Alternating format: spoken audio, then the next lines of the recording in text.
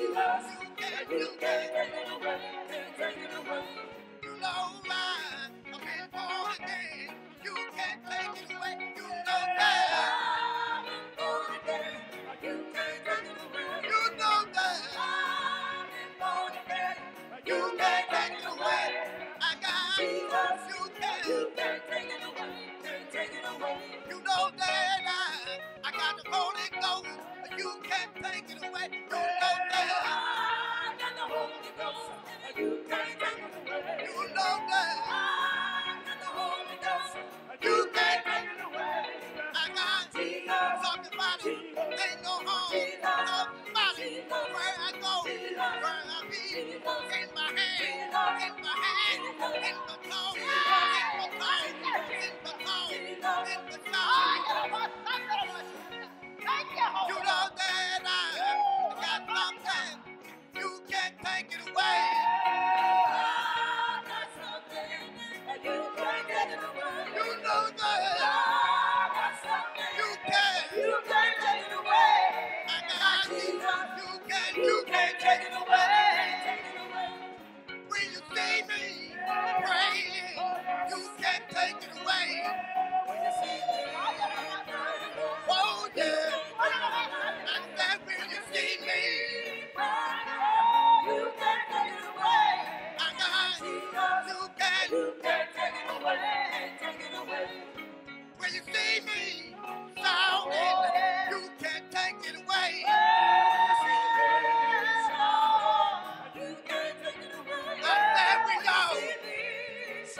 Let's go, y'all. I got to talk about it. I got to talk about it. Where I go, in my home, all alone. Where I go, every day, talking about it, in my hand, in my walk, in my talk, in my talk,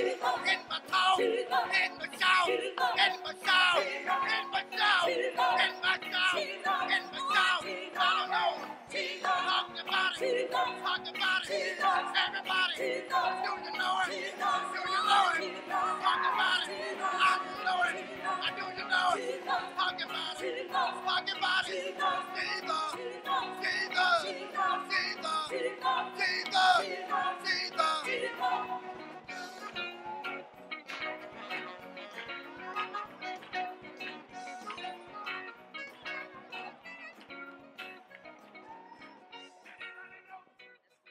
Okay, without any further ado, help me welcome our pastor back as she comes. Give her a hearty amen.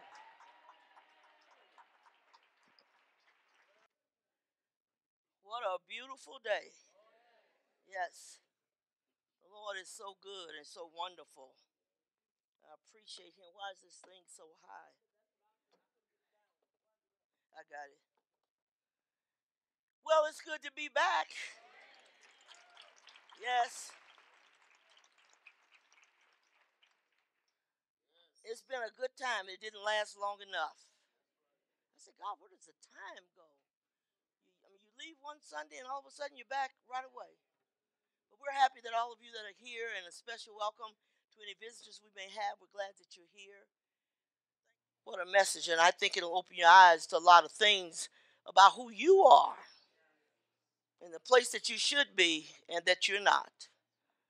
But I'm going to preach a little bit from the 15th chapter of Matthew. Father, I'm thankful today for your blessings. What a mighty God. You've been so good to us. You loved us more than anybody in the whole world. Thank you for being there with us, for going with us, for taking us safe and bringing us back. We thank you because you never let us down. I pray that you would touch your people today and work a miracle for them as only you can. I pray, God, for the anointing of God, that you would break every yoke and every chain, that your people might be blessed, that they might walk in total victory, and we'll give you glory and honor in Jesus' name. Amen and amen. Yes. The 22nd verse says, and behold, a woman of Canaan came out of the same coast and cried unto him, saying, have mercy on me, O Lord, thou son of David. My daughter is grievously vexed with the devil. But he answered her not a word, and his disciples came and besought him, saying, Send her away, for she crieth after us. But he answered and said, I am not sent but unto the lost sheep of the house of Israel. Then came she and worshipped him, saying, Lord, help me. But he answered and said, It's not meet to take the children's bread and to cast it to dogs. And she said, Truth, Lord, yet that dogs eat of the crumbs which fall from their master's table. Yes. You know why I got this message? For this reason. How many times do you hear people saying what God didn't do for them, and I prayed and he didn't answer my prayer, and I did all this and did that? And I want you to understand something. Is that when he spoke to the woman from Cana, she had a need. Everybody's got a need, saved or unsaved. But then when she speaks to him, she said, Lord, I need you to help my daughter. For a moment, he never responded. He never said a word. Remind me of my grandmother, yes, or something. And so, when I thought about that, and he continued to go on, and the disciples said, Get rid of her. He said, I'm sent to the lost house of Israel. But as she looked at this situation, it never dawned on her that you're not a person that's entitled to anything. And I look at the people of God every day walking around as if they are entitled to things. What gets to me, you may call yourself a child of God, but the bottom line is it's determined by how you live your life every day. And so while you walking around talking about what God didn't do, start with you. Because I can tell you this morning, the only people that's entitled to what we have is the ones that's serving God and doing it right. That's the only one. Yes. So, my heel keeps getting hung in this thing. Are we ever going to find something? Maybe one day I'll take them off. But, listen. See, the blessings of God, they automatically come to us. That's if you live it right. It automatically comes to you. So, you don't have to remind God of what he said. You don't say, Lord, when you said this, no. You go back to you. Take a look at you and say, you know what? Let me deal with who I am. If I'm moving into a place and asking God for something, am I one of the heirs or not? But this woman comes up and she says, I need you to work on my daughter. Well, first of all, this ain't yours to have. I'm not going to take the children's bread and give it to you. She had to wonder, my God, is he calling me a dog? She said, it's just not good to take that and give it to the dogs. If you're not living right today, he refers to you as a dog, which really means you are a reproach to the gospel. So if you expect to have what he's got, you're going to have to do what he told you to do. That is absolutely necessary.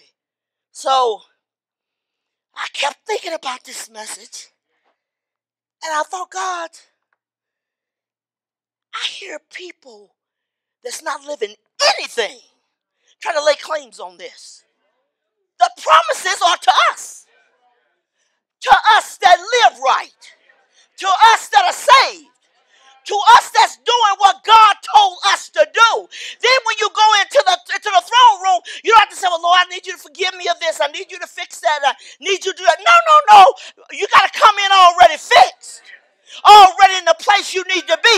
Before you have to come in, if you got to always come in and talk to God and got to repent every time, honey, you're not getting the bread. The promise is not to you. We act like it's okay if you commit sin, I did something wrong or whatever, but God still should do it. Why should he? He said, what I got. There are a lot of promises in the word, and every one of them is to those that live right. I mean, we don't have to worry about anything. Everything that, whatever goes on with us, whatever, God has fixed it so I can provide it for you. If it's not being provision, it's not being made for you, it's because of you. So, there are a lot of good things in here. See? So, what position did she eventually have to take? So, if you are a sinner, the word says we know that God does not hear a sinner pray. If you're not saved, you can say, I pray every day. God's not listening to you unless you live it right. And so, what she did, she had to change her position. So I want God to do this for me, but I'm not doing that for you. He said, just ain't meet to give the children's bread to dogs. And then came she, the key, and worshiped him. Okay. Are you worshiping him? Or are you just going through the motion? Because when she realized he wasn't going to give her nothing, she worshiped him. But the scripture says, though God don't hear sinners pray. He said, but if a man or woman turn and become a worshiper of God, God will hear you. So she had to become a worshiper. Before she got what she needed, before you gonna get what you need, you got to become a worshiper. Yes. You ain't even worshiped yet. You still looking for things. Worship. It starts with praise. It starts with the lifting up of your hands. Glory, glory be to God. So if any man be a worshiper, if any man turn away, if any man put himself in a position whereas he can receive from God, then now you go back and ask and see what things happen. They're not going to happen as long as you're on the wrong side. It's not going to happen when you're not a worshiper. God wants to do miracles for his people, but they ain't learned to worship. They ain't learned to worship. See? When she worshiped him, listen, then he said, let me find that. Then he says unto her, woman, great is thy faith. Be it unto thee, even as you will. Whatever you want, whatever you will, be it unto you. Think about it. So, anything that we desire, he promised to give it to us. He said, if you pray and pray in faith, I'll give it to you. But you got to be a worshiper. So I got to get down to business with God and understand that when you're not living right, he owes you nothing. He didn't make anything for you. But he said, I created all this, put it in place. And all I'm telling you to do is just do the right thing. You don't have to run God down. You don't have to remind him of where you are and what he said. Because he didn't forget what he said. You forgot. See? And then, as I look at this, I'm thinking, I have 7 children.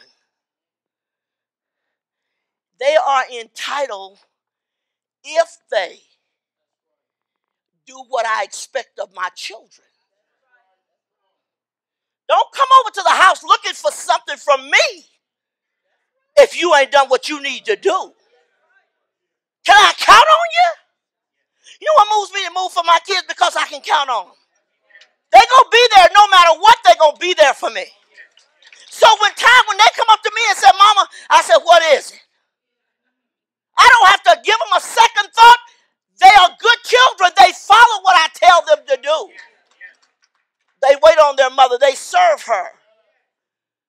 When I see that, and then when something happens in their life that they need something, I'm there for you. But I'm also the same mother. They say, if you didn't do what I say, you better get lost. You better just move back. I don't have time for you. What are you talking? Why should I do anything for you? Every time I look for you, you're not here. Every time I expect something, you're not here. Don't go telling me nothing. Get out of here. And God looks at you saying, what? Hey, looks at this woman from Canaan. From Canaan, they even worship false gods. Go back to your false daddy. Let him do something for you. That's the way it goes. But see, people don't understand that. Where did you come from? You're not entitled. You're not entitled to nothing. I had to really give this some thought when I was on vacation. My mind goes back over Kia. I thought, you're not entitled to anything. You're not mine. You're not. You better thank God you got adopted. See, he didn't owe us nothing. He adopted us. I'm going to bring you in. At first, I'm just to the house of Israel. But now I'm going to give you a chance to come in. We got adopted.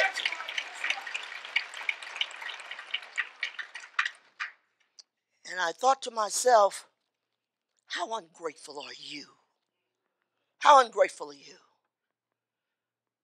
Nasty. Proud. What do you got to be proud about? You ain't even part of the heritage. You're walking around proud. The dress you wore, you couldn't even buy it. The shoes you got on, you couldn't purchase them. The car you drive, you couldn't ride in it. What are you talking about? Selfish, self-centered. Nobody else is important but her. The world evolves around her. No, it doesn't. No, it doesn't. Oh, you're not entitled. I told David on the phone, I said, she walks around as if she's entitled. I said, I give you nothing. And what I have given you, go back and get some of that. You're in the wrong place. Entitled? Proud people always feel like they are entitled to something. Proud people go before God and say, Lord, here I am, as the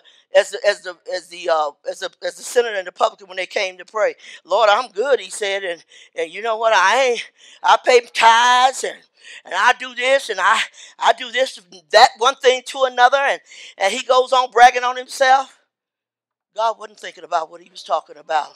But when the sinner looked up and said, Lord, be merciful unto me, a sinner. That's the place we all need to stay. Though we are not sinners because we've been saved by grace, but stay there. Stay there. I can tell you the fact that he made me an heir doesn't give me the right to say, well, he should do it. No, he don't owe you nothing. We are debtors to him. He's not in debt to us. We are in debt to him. And we look and we think, God, every time the Lord do something for me, I'm thinking, thank you. Thank you. I don't care if I live right 365 days a year. I tell you what, when he reaches out to do something for me, he is not in my debt. No. To be entitled is to furnish with proper grounds for seeking or claiming something. You can't claim the promise without living right. It's only for those people. Entitlement is a belief that one is deserving of or entitled to certain privileges, and I have a right to benefits. No, you don't have a right to benefits. So I feel like when I went to the Lord, I told him how I felt, and he ain't listening to you. You got to come to him down. You got to take the position that the woman took, then I'll eat the crumbs that the dogs is under the table.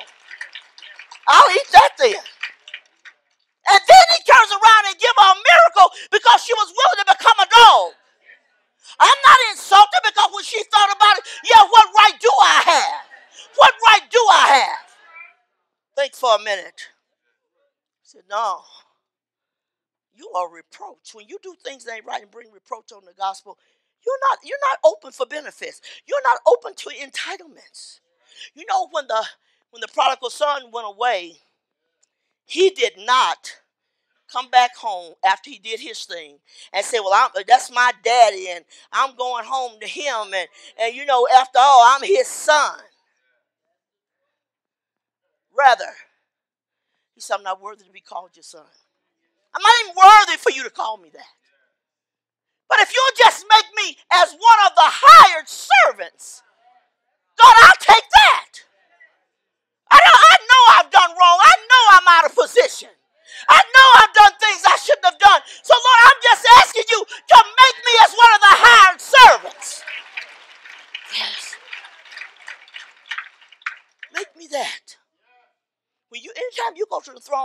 ought to go down. Don't walk in, Lord, here I am. And he said, and get out. Get out. So I asked the Lord to give me a job. He didn't give me one. You're not entitled. You're not entitled. If you ask anything of God, he doesn't do it, you are not entitled. So he's not giving it to you. What did you do when you had one? How much could I trust you and depend on you when you had one? But now you want me to suddenly just jump up and give you this? Look, I don't owe you nothing. I don't owe you nothing. Benefits are something that promotes well-being and advantage, useful aid, financial help, in time of sickness, old age, unemployed. Boy, I'm covered everywhere. I got insurance when I'm young. I got insurance when I'm old. No matter what, I got it all, baby. I got it all. I'm covered. Under the plan. Are you under the plan or not? Because if you ain't paid up, you can't collect. You cannot draw from certain things unless you paid. Some time back, I pulled out some insurance policies to see what I had on it that I could draw from. I didn't even know I had that much. So number one, I never look at them. But now, I could say New York Life send me other proceeds from this policy, this policy, this policy, this policy. They didn't tell me, Rose, you ain't getting nothing. I paid into it. Now when it's time to draw out, I have something to draw out. But if I don't pay into it, I can't get that. You go out here and have a car wreck today, and they say, who's your insurance company?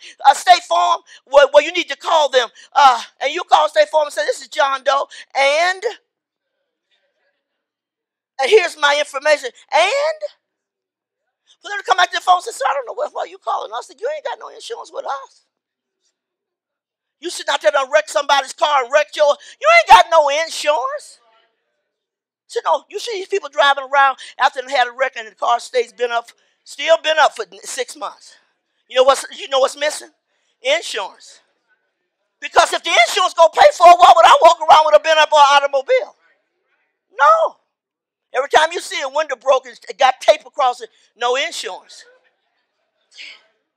People that got insurance, when they wreck their car or they damage it, they just go to the insurance company and they take care of it. I've seen so many people on the street driving wrecks, and I'm thinking they can't do nothing else. I'm gonna keep this.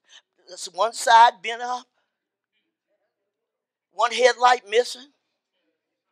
All this is, why don't they get that car fixed? They don't have no insurance. You gotta ask yourself, are you insured this morning for the promises of God will flow to you? Are you a beneficiary? Ask yourself that. Am I a beneficiary? Well, I think I am. You can think all day long if you want to. The bottom line is, if you're not on that policy, if your name is not on there as a beneficiary, you get nothing. You get nothing. So listen. To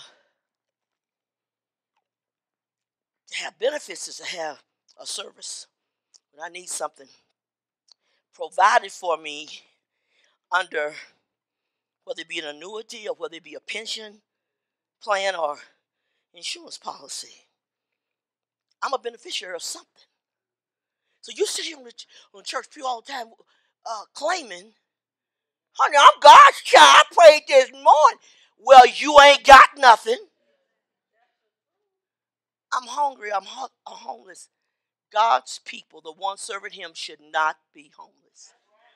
They should not be homeless. Why? Because I will supply all of your needs according to my riches. Not yours, according to his riches. I supply all your needs. I understand that the reason why man is where he's at because he doesn't serve God. Yes.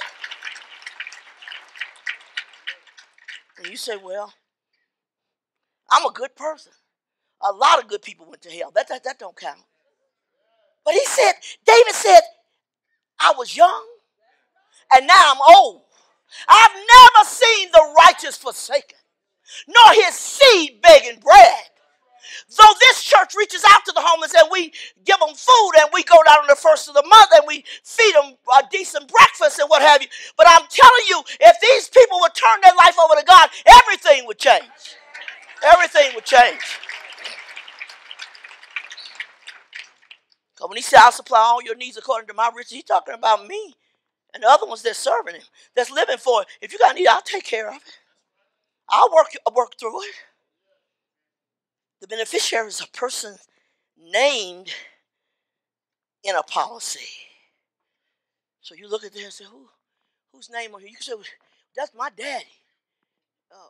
I know I'm his child, so I brought you this policy. Sir, you're not a beneficiary. What do you mean I'm my daddy's son? Really? Your daddy didn't think you was because you're not on here.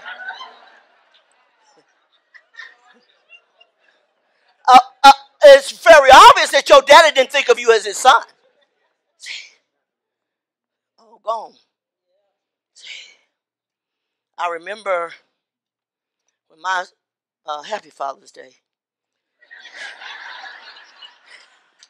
I can remember when my dad passed away. You know what he said? He wasn't really a daddy anyway. He said, I don't want them to have anything I got left, which wasn't much anyway. I mean, if we'd have got anything from him, we'd be in the same shape we was before. Not leaving nothing to these kids. You had nothing to leave. But you should not have had that attitude. I mean, the fact that you somehow was engaged in bringing me here, you would think you would include me. Not always, but Jesus never forgot it. He included everybody that lives right. Everybody's beneficiary. Everybody's getting a part of this. See? I thought,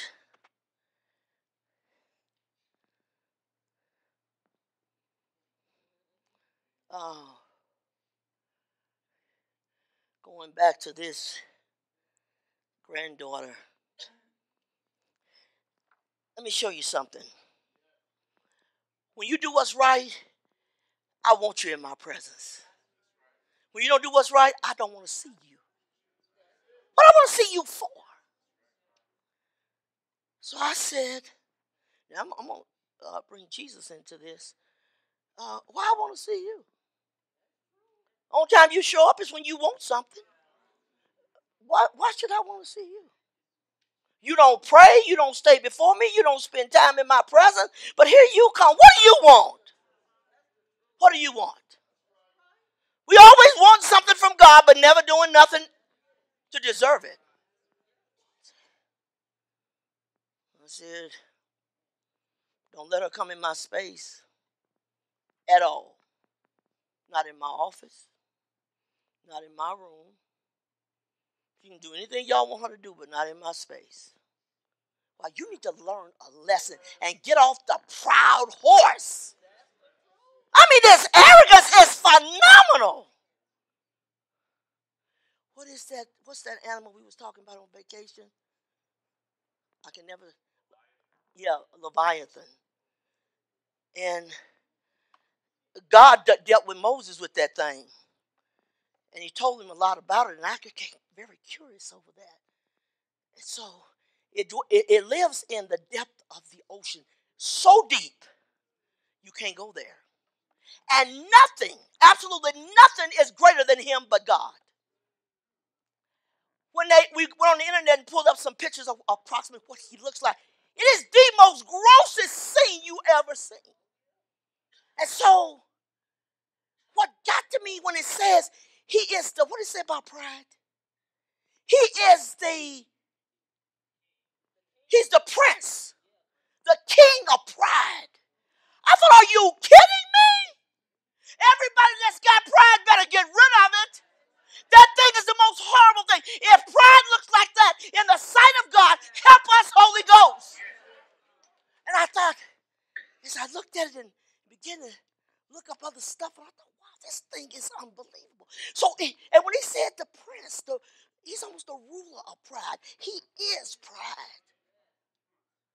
And when God went to Job with him and said, nothing can stand before him. I mean, you can't even come up to this thing. It will destroy anything. I'm going to talk more about that in the future. So when I thought about my granddaughter, I thought, what are you proud of? What are you proud of? Everything you got was given. You didn't earn any of it. You walk around thinking you all that? Get a crap. You shouldn't do that. I wouldn't expect it of my own children. I told my daughter that passed away, she had a spirit of pride. The Lord took her home, but we got her straight before she got out of here. I remember saying to Anita, you know how many times I've told you about that spirit of pride? I said, you're facing going to meet God now. You got to get rid of that, because that's not going in heaven. Because the devil was proud and said he was going to exalt himself above God. I said, you better get rid of that. She said, Mom, I said, ask the Lord to forgive you. Ask him and mean it from your heart, because you got to get to the kingdom. I got to get you there. And I can't get you there as arrogant as you are. I thought, what are you arrogant about? Why do you think you're all of that? No man is all of that. No matter who you are. If the woman from Canaan had thought she was all of that, her daughter never got healed. Some things you've been seeking God for and ain't got, simply based on one thing. You ain't where you need to be. Get down low enough that you can be in a dog's position and say, God, help me. Help me. But learn to worship him first. Quit begging and learn to worship.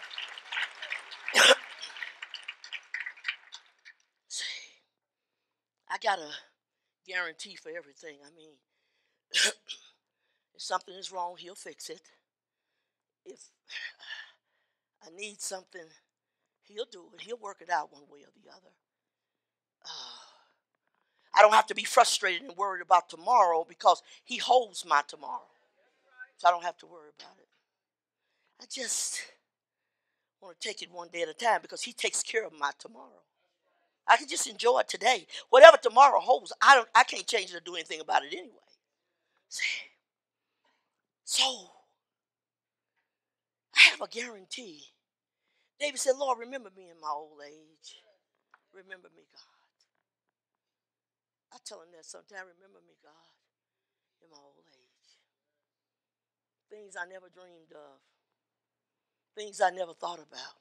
Nobody ever mentioned it. I thought, I'm going to school everybody before you get old what you have to look forward to. I want to be sure you know that. I was surprised.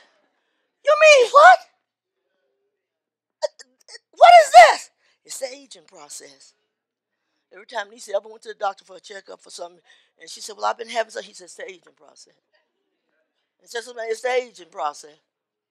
He said, I'm so tired of hearing that word. It's the aging process. Understand, this comes with aging. I don't care what you do. This body tells you that you ain't no young tyke no more. Oh, no, baby. I don't care what nobody say. This thing is some serious business. That's why you got to get off this planet. You stay here for too much longer. My God, what in the world will you be? Can you get something done? Think about it. I'm thinking, wow. Why this? So what is this? Aging process. I wish somebody had told me that this is what's coming. I'm going to school you, though. You may not all the time want to hear it, but go ahead and face it, because your day is coming. It's coming, believe it or not. You may look like a princess. You may look beautiful. But let me tell you something. Under all that front, behind there, there's some issues, honey. Some real issues. Don't you forget it. You start looking in the mirror and say, what's wrong with that? What is that? I never had that before. Aging process. But I listen to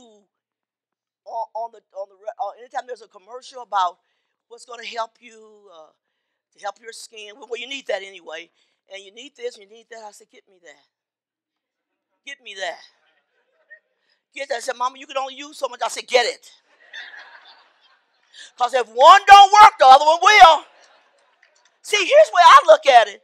Everybody that's rich, they got the stuff to help them. When you poor, you can't even get the cream to help it. So if you get some cream, baby, you better get it, honey. And you need to start in your mid-30s. You don't need to wait till you're old as me. See? But I got a covering.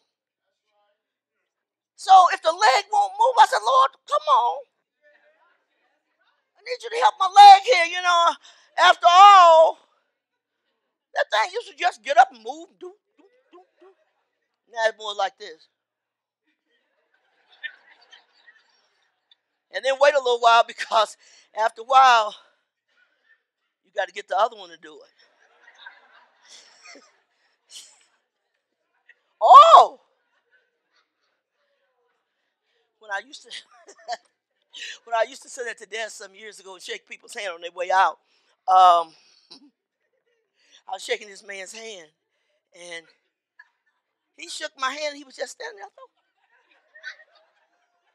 And people lined up in line, and he's shaking my hand. And so David's on this side of me. And so I looked, I thought, what's wrong? He said, I have to wait till that other leg catch up. Till the other leg decide it's going too. Yeah. And when David heard that, he said, excuse me for a minute. David went in the back laughing. Where is your other leg? Why won't it catch up? What's happening here? See? Yes. But I got protection. That he's going to help me. I said, Lord, I want to be able to walk, talk, hear, and see until I die. You know, I don't want to be around here, can't see. Somebody's leading me around because the aging process affects your eyes. Mine is doing really good considering, because I rarely use even my reading glasses. My niece needs glasses for everything. She said, I can't see. So we help her out. Listen, what do you have that's covering you? That you got protection. That when you go out and drive down the street, you got protection. The angels of the Lord encamps around about those that fear him. So they're everywhere. He's taking care of me in spite of myself, in spite of the danger, in spite of this country and all the chaos that's going on. He's taking care of me. Benefits. Everybody needs them. Everybody needs it. You got to be able to draw from something. Who you going to draw from? Draw from God. But you can't draw from him unless you get in a place where you are entitled to these benefits. The benefits are yours. Not without that. So you look at your life and say, what's wrong with my life? Why is things happening for this person? They happening for me. Don't call God in question about it. The problem is within yourself. How many times have you just wouldn't walk right, wouldn't do the right thing, and over here and over there, and it's something that you shouldn't be into, and then you raise up and say, Lord, have mercy. Help me, Jesus. You're not going to get no help. I tell people, you can go down that road if you want to and drive 90, 100 miles an hour. I said, Lord, help. He's not coming for you. If you break the law and go against something that makes it safer for you, don't expect God to fix it when you tear your whole self up in that car. The Holy Ghost left you. I asked the Lord, Jesus, go ahead. He's not there. You got to do it right on every side for me to be there when you need me. So he's made it possible for us to have a good life, and things not so complicated and so difficult. And we're making our own life difficult. See? He said, Esaias is very bold and says, I was found of them that sought me not. I was made manifest unto them that asked not after me. But to Israel, he said, all day long I stretched forth my hands unto a disobedient and a gainsaying people. He said, I had my hands stretched out to help them, to prevent some things, to take them some places. He said, but they wouldn't do it. They're disobedient. You tell them to do it right, they do it left. God said, here's something I want you to do. No, we're not going to do it that way. And then he said, look, I keep stretching my hand out to these people, but they won't get in. I can change your life. I can fix it where you're not in that suffering. I can fix it that you can still function. I can fix it that you'll always have a job. I'll fix it. I guarantee you, every person in this church that's a Christian that has done fair by God, easy gets jobs. The only people that don't get jobs and wait forever, I think that time was it Pete who took 2 years to get one. I mean, he learned from that one. He was supposed to be up here leading the singing for church. And one said, Pete, where you at? Baby, I'm on a call. What I said, on a call? Yeah, baby. Baby, you better get yourself on in here. He didn't come. He stayed on out there on the phone with the job. You have to get a job that don't interfere with the kingdom's work. And God will let you have that. I said, you said, baby, I'm on the phone. God said, you are? I'll fix it where you don't never have to be on the phone, but you'll be up here. He taught him for 2 years straight. He taught him. Couldn't get a job no matter where he went. Says Pete changed that. Pete can't, this boy, he's constantly working. God is escalating his money. This boy got it going on. But I wouldn't want to be without a job 2 years and beg and bum some food at somebody's house. Did you buy your own food, son? But God said, I got some benefits for you, but if you're going to fill them up with everything you want to do, so where do I fit in at?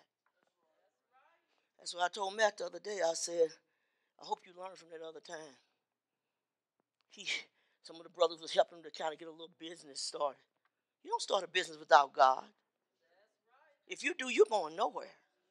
And so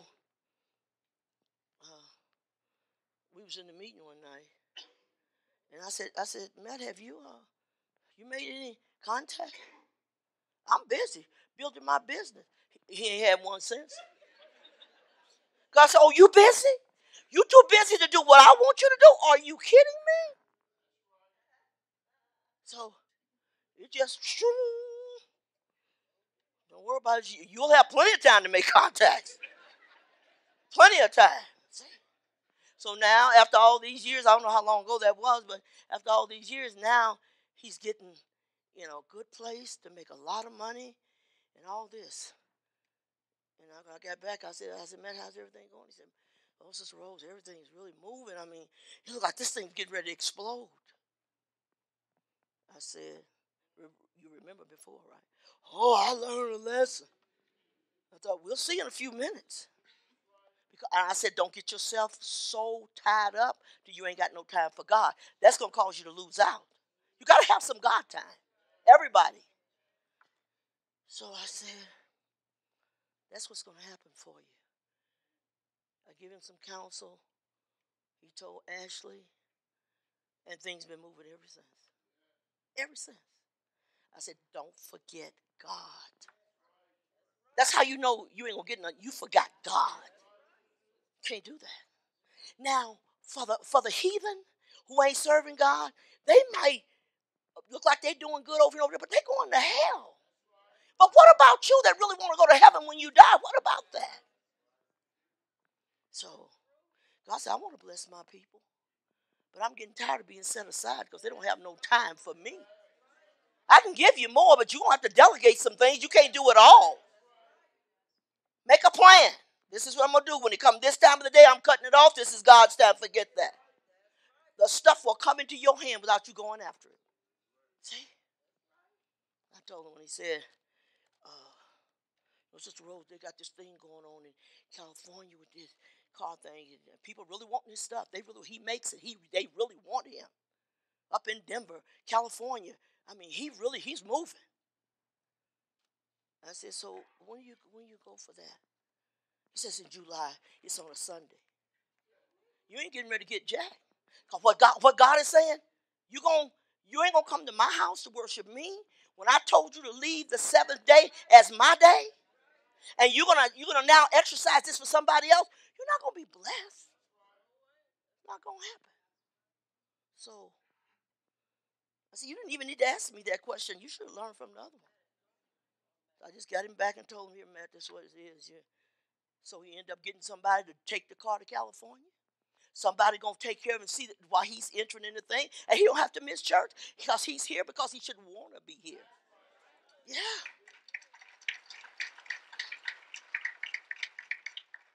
Look at your life this morning and say, what made me think God owed me something?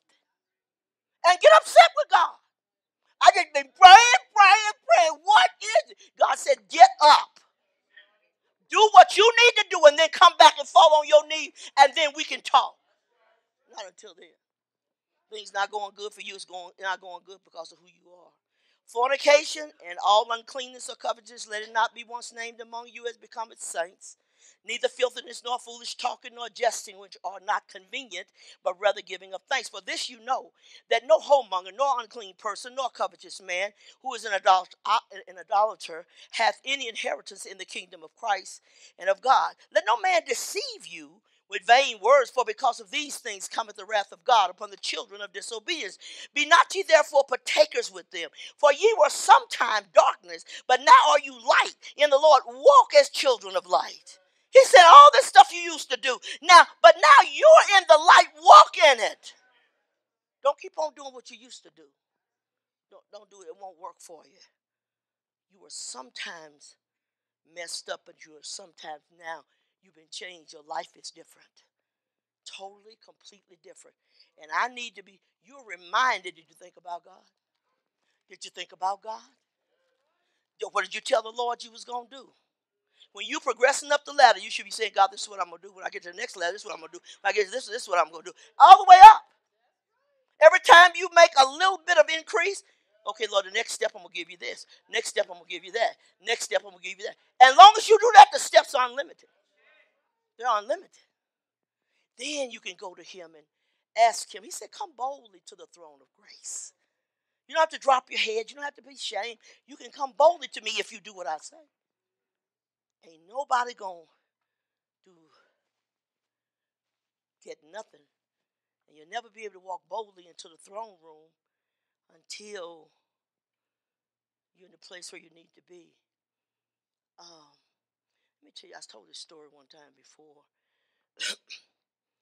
Juanita had a dog named, what's his name? Jock. He's a black poodle.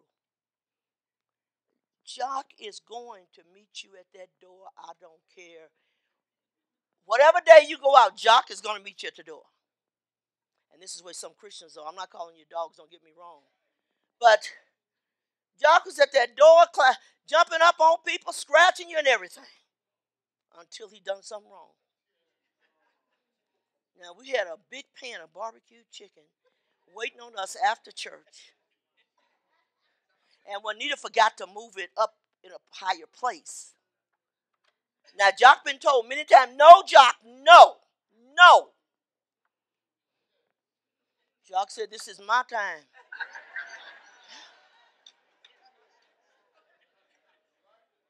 Jock ate so much barbecued chicken. It was amazing. We come in the house and where's Jock? Jock? That's what God doing you. Hey, John? You always be at church on Wednesday. John? I'm calling Jock. Come here, Jock. When he said, you done something, come on. Still wouldn't move under the bed. Now he is conscious of this. A dog. He is conscious he's done something wrong. He is conscious I shouldn't have ate that barbecue. And when he said, you might as well come on out. He comes up out of the bed like this down on his door. Real head down. Come here. The dog happy or something, he'll wag his tail. His tail was tucked under. And there he come. And when he said, Jock, he raised his head up. Here's barbecue sauce everywhere. Barbecue sauce all in his hair, everything full of barbecue. He couldn't even say I didn't have it. He had it all over him. That is just the way that happens to people who say they're Christian. And God says, where are you? Like he told Adam, every evening you met with me, where are you at now? Adam said, I hid because I was naked. I hid because I'm not in good shape. If you want the blessings of God and you want to have what he wants to give you, you better do what he say. He's the God of the one that obeys him. If you obey me and do what I tell you to do, you can ask me for anything, and I'll give it to you. I don't know if I was here. I think it was here that the Lord said to me one day, he said, Rose, my leaders are vitally important to the kingdom. He said, if they do what I say, I will withhold no good thing from them because I need you as a leader to lead my people. Think about it. He said, there's nothing I won't give you. Why do you think you got to go out here and lie and cheat and lie to people and tell them God's going to give them a Cadillac when they're going to drive a Volkswagen? Why are you going there? You don't have to do that. You don't have to skim through it. I'll give you what you want. Just do what I say. Just do what I say. Hey, you don't want to be the one under the bed. You say, why didn't you pray? Or you come to prayer meeting and you can't pray? You can't pray because something is not right. When people can't just pray through in a moment, something is not right. When you got a hard time trying to get it out, hard time doing this, can't stay focused in prayer for 15 minutes. Now let me change that to 5. Can't stay focused. There's something wrong with you. If you live right, if you serve God the way he said serve him, I can tell you when you fall on your knees, he is there. He is there. So, if something you wanted that you felt was good, he said, ask what you will. I'll give it to you. Because the people that serving God going to ask what God would have them to have. They're not going to be way out here somewhere on the left field. They're going to say, yeah, I'm going to do what's right. Not just because he's going to treat me nice, but I'm going to do right. Regardless. I want to told y'all about when I was on vacation. I got up that morning to pray. I marvel at how God is hearing you and thinking about you and what you want. And the humidity really sucked. And I was standing at the door, looking out, saying to myself, I laid my hand on the door first because that humidity and that sun is so hot. When you touch the door, it is hot. And so I said, boy, it sure would be nice if I could open this door and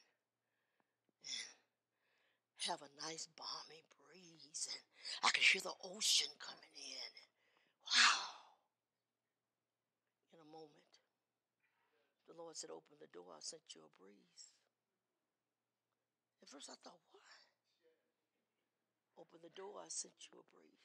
Honey, child. I opened that door. You wouldn't believe it.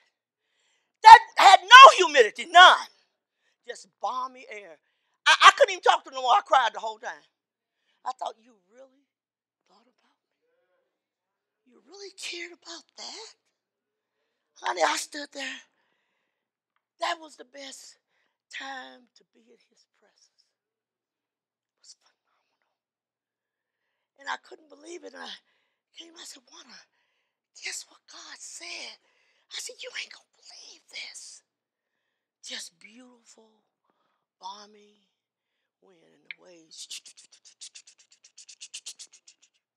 I love to hear those waves. But I wasn't about to open that door and take the heat with it. So I just thought, just forget it. I wish it was that way, but it ain't that way. And God says, open the door. I sent you a breeze.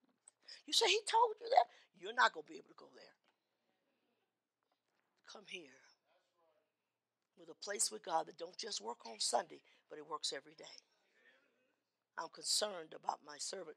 I am concerned. I think everything that he's given me, he gave it to me for a reason. And to say to you, the same God that did it for Sister Rose can do it for you, but where are you going to go?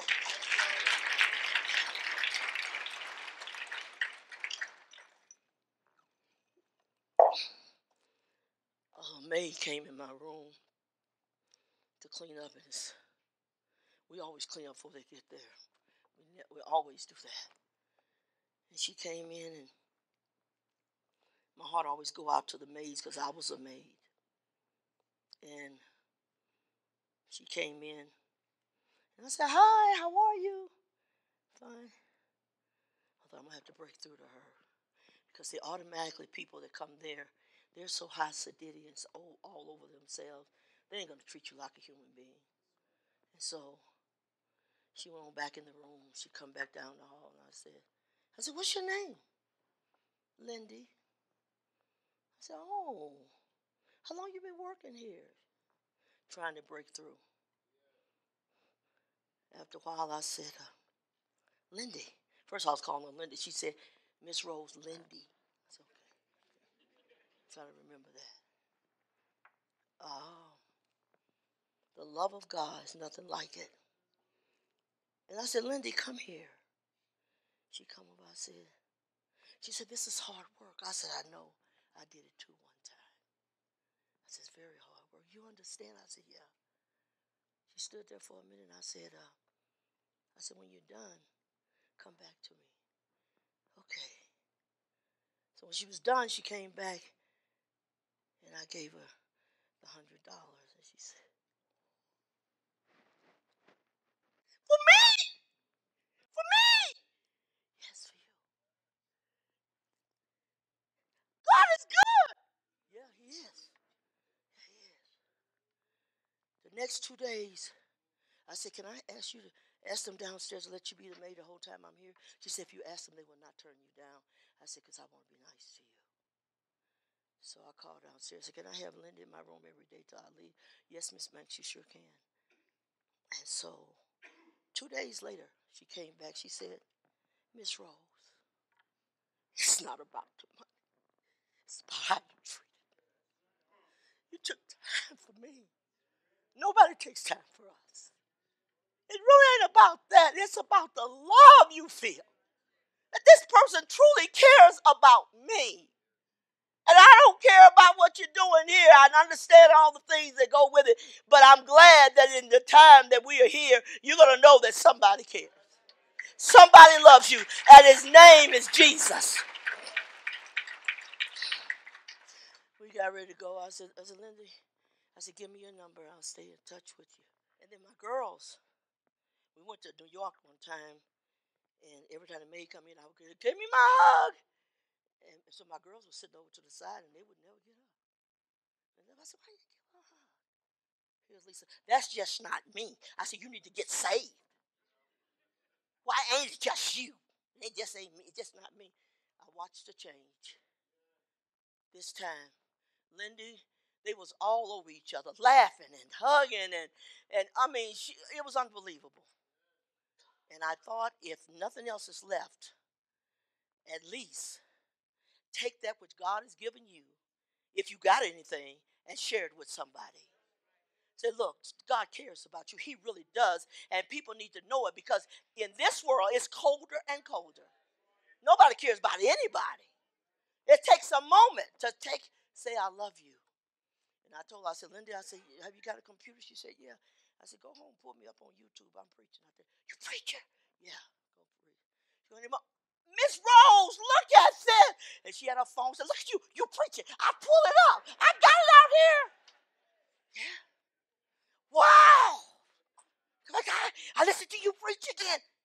That woman gets saved. She's going to remember the love, and then she's going to hear the gospel. And I'm telling you, and she was just rolling it on the phone, and I was just preaching up a storm. And I thought, oh, this is going to get you saved one day. It'll get you saved. the benefits I have may I also share it with others. Don't just live for you. Live for somebody else. For God's sake. I care about you more than I care about me. You don't find that. I care about you on the other side. Listen, do you have any benefits? You say, I don't think so. You need some. And when you get them, share them with somebody else. Take a moment. It doesn't bother me to say to them, I was a maid too. I was doing just what you was doing. You know what some proud joker said? I'm not letting you down. Yeah, honey, well,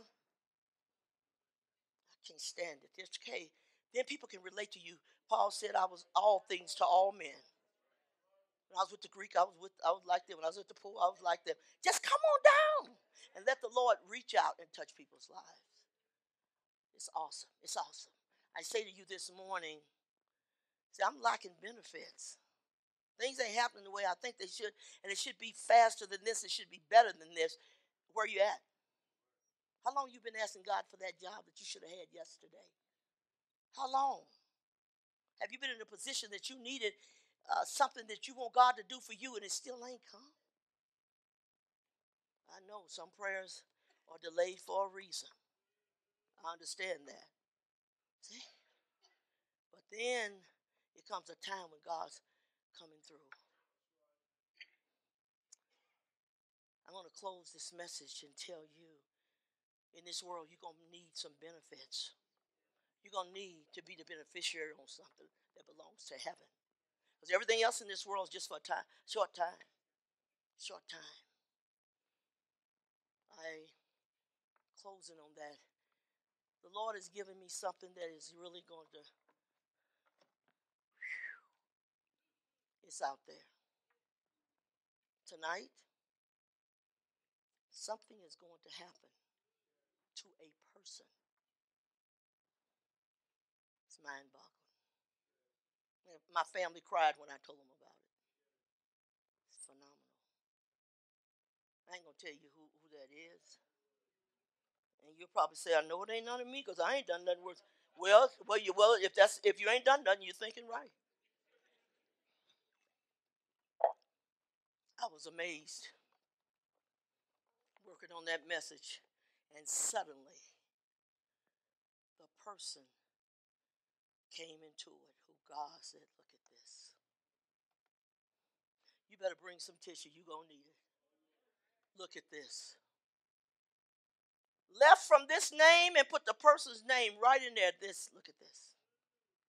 Wow. I said, boy, do I love you. Not because something is for me. He gave me more than enough, but what about God? This is awesome. It's awesome. I can't wait till the night. I doubt if I sleep this afternoon thinking, wow. Folks say, is it soup yet? Is it time yet? Let's get out of here. God bless you. I love you. Well, our musicians, please come forward. If you say, Sister Rose, I ain't beneficiary on nothing when it comes to the kingdom. I have nothing to look to. I have nobody that could help me and do something better. I don't have any of those things. You can have it. You can. You can have it. He wants to fix it for you. He wants to change the way your life goes now and make it go the way he intended it to go. Yes, think about it.